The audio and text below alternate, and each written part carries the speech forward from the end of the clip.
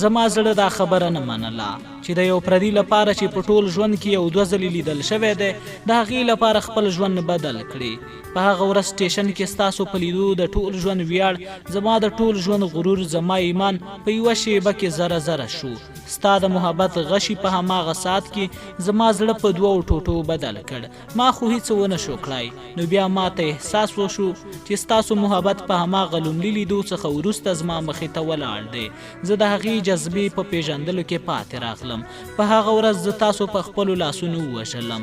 د هغې ورځې څخه وروسته ما ته سکون نه دی راغلی او په دې سوچونو کې یم چې دا څنګه جذبه ده چې د فقیر څخه شاهنشاه او د شاهنشاه څخه فقیر جوړوي.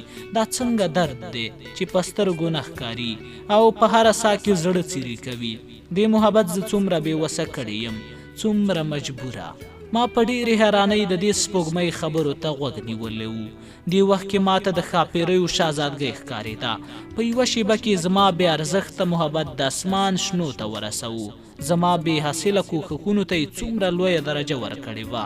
هغې پسې لګیا وه او بیا پاتې شوه ستا د هغه څلورو بیتونو خبره. ما سوچ کوو چې زه به ژوند کې تا ته د خپل زړه حال ونه وایم. تاسو سره به هیڅکله ونه ګورم. ځکه لیدلو هیڅ ګټه نه درلوده. خو ولې هغه ورځ دې څلورو بیتونو دلته په راتګ مجبوره کړم. د هغه شعر لوستلو څخه وروسته مې په سلګو سلګو وژړل. زما دننه څخه د چغو چغو اوازونه راتلل چې لاړه شه، هسې نه د هغې د نه ختمېدونکي محبت سپکاوی وشي. شاید زما لیدل په همدې شکل و. اولنی او اخرنی ځل دیدن. د برېښنا یو پړق ټوله کوټه روښانه کړه او ما یې په لړزېدلو شونډو د څاڅکي ننداره وکړه. هغې ویل چې نګهت راته د صدیقي صاحب نمبر راکړی و او بیا حیا د ګاونډیانو څخه تا ته زنګ وهلی و. دا ښه موقع وه ځکه مولوي صاحب د څو ورځو لپاره د تبلیغ په سلسله کې د ښار څخه بهر تللی و. ایمان دا هم وویل چې څومره په سختۍ دلته راغلې ده او که د نګهت او حیا مرسته ورسره نه وه نو دلته راتلل ناشوني وو. اوس زه پوهه شوم چې د هغې حالات ولې دومره خراب شوی وو. خپل ځان ته مې غوسه راغله چې ولې د یوه معصومه ساده نجلۍ د اغزو لارې ته له ځان سره راښکلې ده. ما په هغه اغزو باندې ختلو ته مجبوره کړې وه او د محبت زهر یې اوس د بدن په رګ رګ کې خپاره شوي وو. دا ټول قصور زما د مینې دی.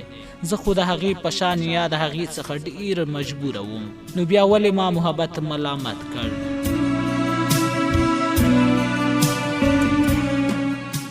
اصلي قصور د هغه چا دی چې زموږ ترمنځ د بیلتون دیوالونه جوړ کړي وو او دا قصور د هغه چا دی چې اول یې زموږ زړونو کې دا جذبه پیدا کړه. اوس صرف زموږ د حالات ننداره کوئ. ایمان تر اوسه سلګۍ وهلی.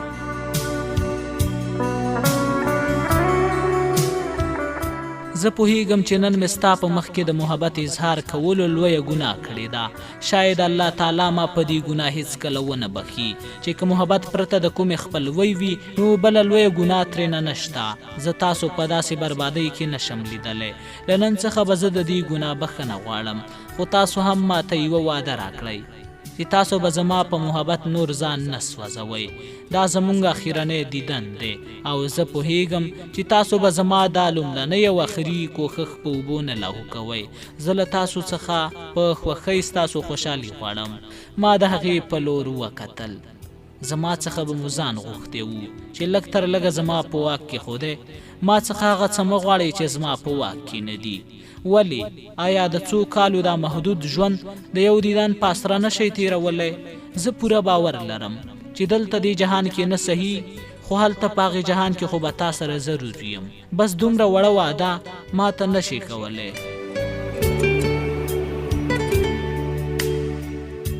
د هغې نازنینو پوښتنو بې ځوابه کړم. زه پوهېدم چې هغه اوس د څنګه حالاتو څخه تېرېږي. معصومه نجلۍ چې د ګناه له ویرې د خپلې مینې اظهار هم نشي کولی. په ژوند کې په لومړي ځل مې د ثواب، ګناه، سزا او جزا له تصوراتو څخه ډېره کرکه پیدا شوه. ما ته داسې ښکاره شوه چې مذهب یو ځل بیا د محبت په لاره کې خنډ وګرځېد. بهر تیز باران د چت څخه د څاڅکو ټک ټک او په کوټه کې د شمعې تته رڼا د هغې نازنینې سره ناسته او خبرې کوم. ما په خپلو دوو ګوتو د هغې د اوربل 2-3 تاره ویښتان له تندي څخه لرې کړل. هغې په وارخطایي ما ته وکتل او د شرم څخه یې رنګ سور واوښت.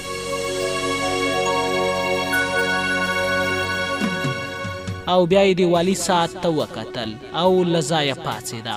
اوف، دا خو ډېر ناوخته شو، زه خو هیڅ پوهه نه شوم، دا خو ماښام شوی، موږ لا تر اوسه دومره وخت بهر نه دی تېر کړی، موږ باید همدا اوس لاړ شو. زما زړه لکه چا چې په چړو څیرلی وي، د دې خوب د پای شیبې را لنډې وي. ایمان روانه شوه، ما د هغې څخه د لږې شیبې لپاره د ستنېدو غوښتنه وکړه. په ځواب کې د هغې له سترګو څخه د بېوسۍ اوښکې راغلې. زه پوهېدم چې هغه نوره نه شوه پاتې کېدی. کاش قدرت موږ ته د وخت ودرولو یوه لاره راښودلې وه.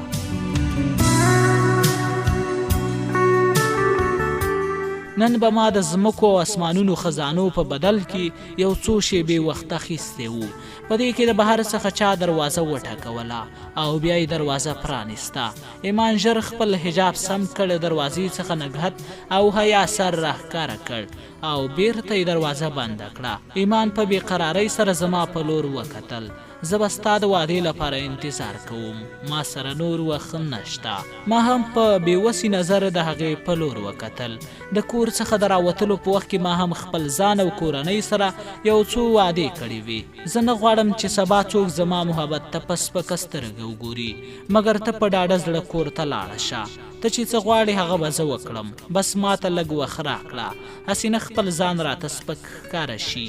ایمان د نه په ویلو سره سر وخوځوو. خدای دې نه کړي، داسې به نه کېږي.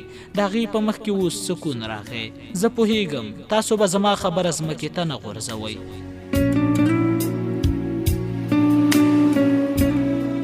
زما زړه غوښتل چې هغه له دې ځای څخه هیڅ چیرې پرې نه ږدم. دروازې ته په نږدې کېدو سره یې شاته وکتل. د هغې په غټو غټو سترګو کې د اوښکو ډنډونه جوړ وو. یو ځل بیا زموږ نظر ټکر شو او هغه له دې ځای څخه لاړه. د ایمان په سترګو کې د اوښکو په لیدو باندې د حیا او نګهت هم سترګې ډکې شوې. حیا ما ته مخامخ ټیټ سر ولاړه وه. ما خپل لاس د هغې په ټیټ سر کېښود. زما لاس په محسوسېدو سره یې بره وکتل او ښه په زوره یې وژړل. ما د هغې سره په خپله خوږه اوږه کېښود او ډاډ مې ورته ورکړ شاید ما سره نن ټول کائناتو ژړل. په حویلۍ کې د اسمان اوښکو سیلابونه جوړ کړي وو او دننه د نګهت او حیا اوښکو ډنډونه جوړ کړي وو. ایمان او حیا د ټانګې په لور روانې شوې. ایمان یو ځل فتلو کې زما په لور راوکتل. په دې وخت کې خپل حجاب سمولو ته هم فکر نه و. زه په برنډه کې په زنګنونو کېناستم او زړه مې غوښتل چې ښه په زوره زوره وژاړم.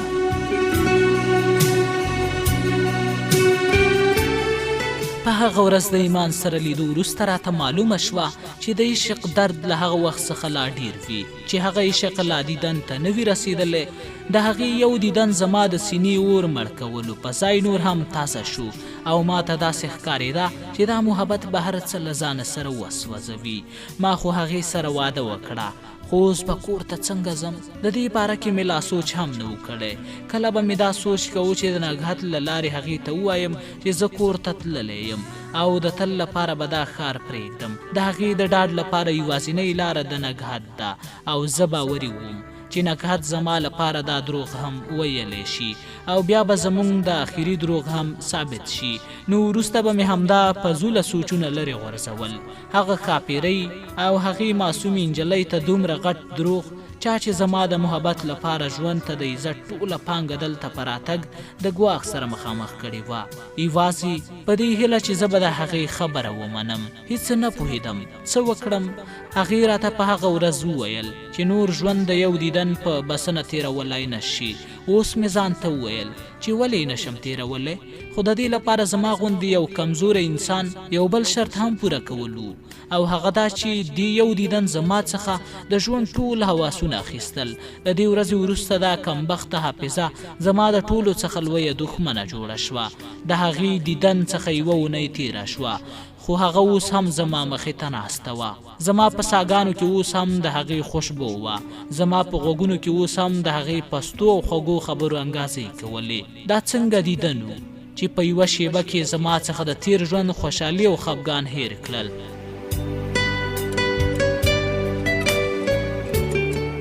زه دغه دیدن څخه مخکې څنګه وم؟ زما خوښه څه وه؟ زما ناخوښي څه وه؟ بس هرې خواته ایمان او ایمان وه. زړه مې غوښتل چې په هماغه ورځ مې دا ښار پرېښی وو. د قوس میاشت وه. لمر به اوس ډېر ژر له غرونو پناه کېده. د لمر تیزوالی هم ختم شوی وو. نن مازدیګر مې د لمر ډوبېدو ننداره کوله چې شاکر زما په لټولو خواته راغی چې دا ولې مې زړه د هر خپلوان په لیدو ورخطا کېږي. وسوسو مې بیا زړه ته لارې وکړې. شاکر راته په لنډه توګه زما د کورنۍ باره کې وویل چې مور دې درپسې ډېره خفه شوې ده. کمشنر سره یې پرې څو ځله بحثونه کړي دي. شاکر له ځانه سره د نګهت خط هم راوړی وو. شاکر پتلو کې راته وویل حماده تاسو ټول کور او ټولې دنیا ته دا یقین ورکړی شو چې ستاسو مینه رښتینې او بې مثاله ده. تا ټوله زمانه خپله موټې کې نیولې ده. خو زه درته زاري کوم که کوروالا دې وغواړي نو انکار به نه کوي. نګهت دې ډېر یادوي. د هغې د واده نیټه مې هم په راتلونکې میاشت کې کېښوده. که امکان ولري نو یو ځل د هغې لیدو لپاره راشئ. زه لاړم.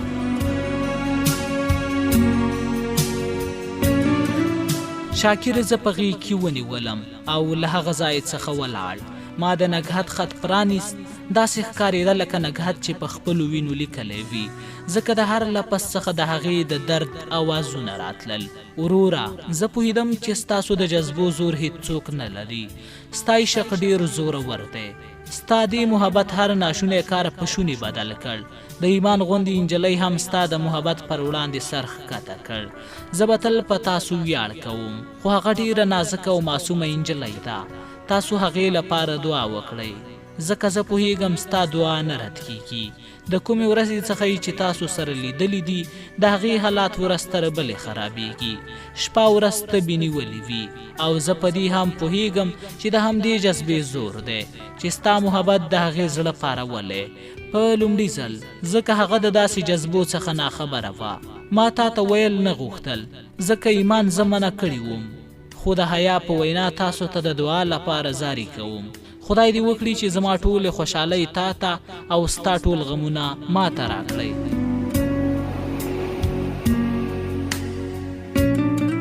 دا خویندې هم څومره ساده وي.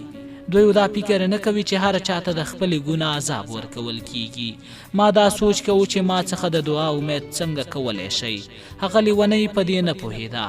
که زما دعاګانې قبلېدي نو ایمان به اوس زما په نوم د مولوي صاحب په کور کې ناسته وه. د هر څه زما له لاسه وشول. همدا ما د هغې په نازک بدن کې د عشق زهر وپاشل. زه پوهېدم چې د هغې نازک بدن د مذهب او محبت ترمنځ د بیلتون په اور سوځېږي. مذهب یې د مولوي صاحب په لور کشوي او عشق یې زما په لور ټېله کوي او په دې کې د هغې بدن ټوټه ټوټه کېږي. زه تر اوسه پوهه نه شوم چې مذهب ولې د محبت دښمن دی. که داسې وي نو بیا ولې د ویر او افسوس پر ځای خوښي راوړي؟ ولې زړه دې جرم کولو لپاره بیا بیا مجبوره کوي؟ زه پوهېږم چې د هرې ګناه وروسته انسان د خفګان او پښیمانۍ سوچ کوي، خو دا محبت څنګه ګناه ده چې د هرې ورځې په تېرېدو نوره هم ښایسته کېږي؟ دا څنګه ګناه ده چې د زړه وژلو پر ځای له ځان سره د نوي ژوند زیری راوړي؟ نو آیا بیا زه داسې وګڼم چې د محبت باره کې د خلکو د عقیده غلطه وه او غلطه ده؟ مذهب کله انسانانو سره له خپلو سره د ټولو ساه لرونکو او حتی له بوټو او نباتاتو سره د مینې ورکولو درس نه ورکوي؟ نو بیا ولې محبت ته غلط وویل شي؟ ولې محبت ته د ګناه نوم ورکول کیږي چې پکې یوازې لیدل او اورېدل شتون لري؟ او زه همدې محبت د مذهب په لوري راوستم. او اوس چې همدا مذهب ما د محبت څخه لرې کوي نو زه خپله د مذهب څخه لرې تښتم. زما زړه غوښتله چې مولوي صاحب ته زاري وکړم او ورته ووایم چې زموږ د دواړو ترمنځ دې د مذهب دیوال نه ودروي. موږ دواړه د مذهب له زنځیرونو څخه خلاص او زموږ پرېکړه مذهب ته نه بلکې محبت ته پرېښودل شي. خو زه څومره بې وسه وم چې پرته د دې خیالاتو را سره د جګړې کولو لپاره نور هیڅ نه وو. ورځې همداسې روانې وې او د ایمان واده په نږدې کېدو وو. بس یوازې 2-3 ورځې پاتې وې چې زما سا او روح زما له بدن څخه بیلوي. که چیرې د مولوي صاحب د عزت سوال نه وو نو ما به کشکول په غاړه کې اچولی او شپه ورځ به د مولوي صاحب کور مخې ته ناست تر څو مولوي صاحب خپله د هغې لاس زما په لاس کې راکړي.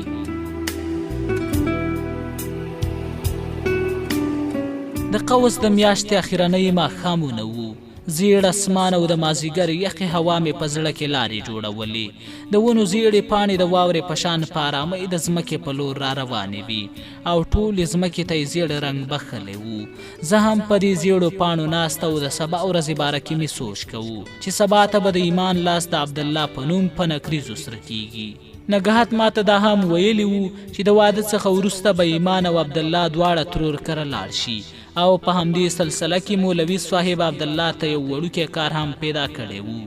زه پوهېدم چې مولوي صاحب دا کار یوازې زما له وجې کړی و، که نه هغه د ایمان بیلتون څنګه زغملی شي.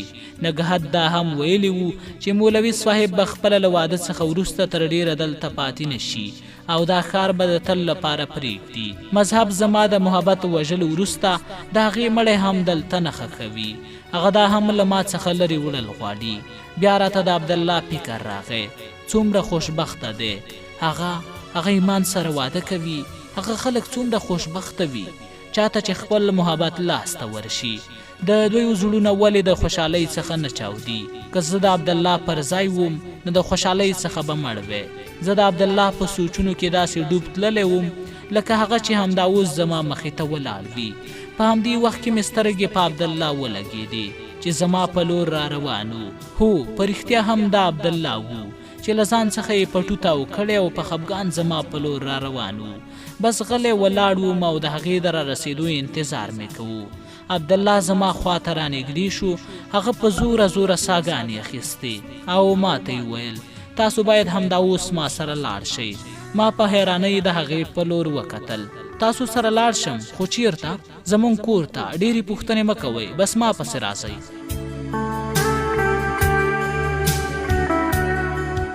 زمونږ کور ته ډېرې پوښتنې مه کوئ. رښتیا هم د عبدالله حالات داسې و چې ما نور هیڅ پوښتنه ونه کړه. عبدالله روان شو، ورپسې هم شاته روان شوم. د سړک د غاړې ټول څراغونه لګېدلي وو. هرې خوا ته چوپتیا وه. عبدالله د ټانګې لپاره هخوا دېخوا کتل او حالات یې داسې وو لکه یو کب چې له اوبو څخه بهر په وچه ځمکه ټوپونه وهي. خدای خبر ولې دومره وارخطا وو. په دې وخت کې خیرو د رحمت ملایکې غوندې نازل شو. ما هغه ته آواز ورکړ او د مولوي صاحب کور لپاره مې ورته وویل. موږ درې واړه د مولوي صاحب کور په لور روان شو. بالاخره د مولوي صاحب د کور په کوڅه کې تاو شو. زه او عبدالله له ټانګې څخه ښکته شو. عبدالله په چټکۍ د کور په لور روان شو. زه ودرېدم چې دا زه چیرې راغلی یم. دې کوڅې دې کور ته په راتګ خو پر ما بندیز لګېدلی و. دا بندیز خو د دې کور مالک پر ما لګولی و. عبدالله چې پوهه شو چې زه ولاړ یم نو بیرته راستون شو. تاسو ولې ولاړ یاست؟ راځئ که نه؟ زه دلته نشم تللی. زه ایمان منع کړی یم. ما خو په ناپامۍ کې د ایمان نوم واخیست خو ډېر ژر راته معلومه شوه چې زه خو د ایمان د راتلونکي خاوند مخکې د هغې راز ښکاره کوم. ما ژر خبره بدله کړه. ما ویل مولوي صاحب هغه زما راتګ دلته. عبدالله په غور سره زما په لور وکتل. د هغې سترګې له اوښکو څخه ډکې وې. هغه به اوس په دې خبره هیڅ اعتراض ونه لري. تاسو دننه راځئ، موږ سره ډېر وخت نشته. زه بیا هم خپل ځای کې ولاړم ځکه ما خو ایمان سره کړې واده نه شوه ماتولی، مګر زه ایمان تاسو پسې درلېږلی وم.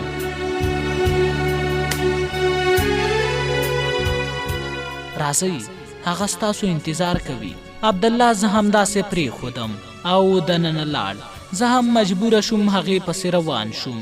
د حویلۍ دروازه خلاصه پرته وه. برېښنا هم تللې وه. د ایمان کور په تیارو کې ډوب و. په کور کې عجیبه خاموشي او ماتم ګډ و. د دروازې اواز سره نګهت بهر راووته. زه د نګهت په لیدو حیران شوم. برنډه کې تیتې رڼا د نګهت په سترګو اوښکې څرګندې کړې وې. هغه په منډه زما خواته راغله او زما په سینه یې سر کېښود. زه لا تر اوسه حیران ولاړم. عبدالله زما لاس ونیو او د کوټې په لورې روان کړم. د عبدالله ولې ما هغې کوټې ته بیایي؟ که مولوي صاحب زه دلته ولیدم نو قیامت به جوړ شي. خو عبدالله ماته د څه ویلو موقع هم نه راکوله او همداسې لاس نیولی د کوټې په لور روان کړی وم. نګهت ما سره جوخته کوټې ته ننوته. د کوټې په تته رڼا کې مې لومړی نظر په مولوي علیم الدین ولګېد. زه هک پک شوم. د مولوي په څېره کې عجیبه بېوسي وه. داسې ښکارېده چې یو جنګ کې ماتې خوړلې وي.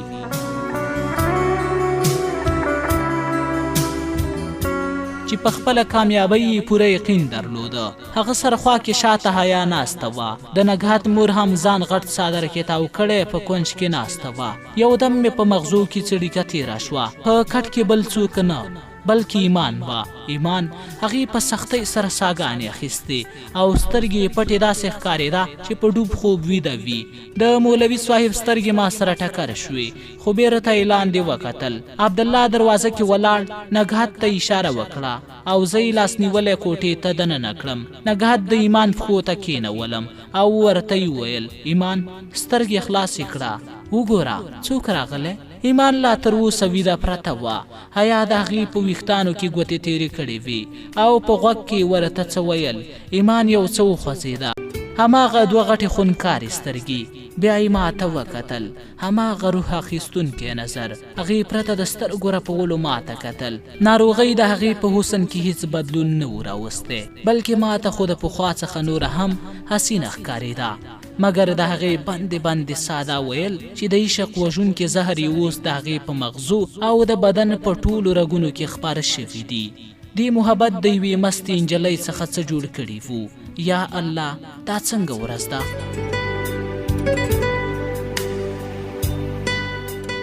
د مولوي صاحب په شتون کې زه د هغې ناروغې لور په کوټه کې ولاړ یم. د هغې ټوله کورنۍ او د هغې راتلونکی زوم هم ولاړو. د مولوي صاحب په ژبه باندې سکروټې پرتې وې. د هغې سترګې لمدې شوې وې او لاسونه یې داسې لړزېدل چې تسبیح هم په سمه توګه نه شوې اړولی. محبت هم څنګه معجزې راښیي. د ایمان شونډې لږې وخوځېدې خو هېڅوک پرې پوهه نه شو. مولوي صاحب ژر ورنږدې شو او څه یې پرې چوپ کړل.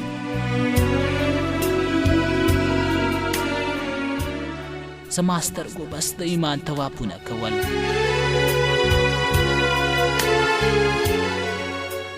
او بیا معجزه.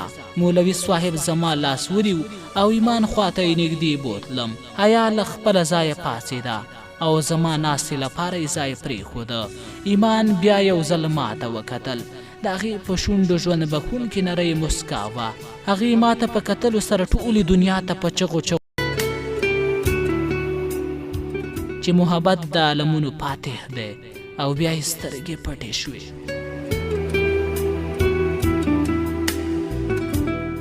ما هغې ته د یو څه لپاره کتل چې بیا سترګې پرانیزي مګر د هغې نازنینې خوب پسې اوږد شو. بیا د مولوي صاحب اواز راغی انا لله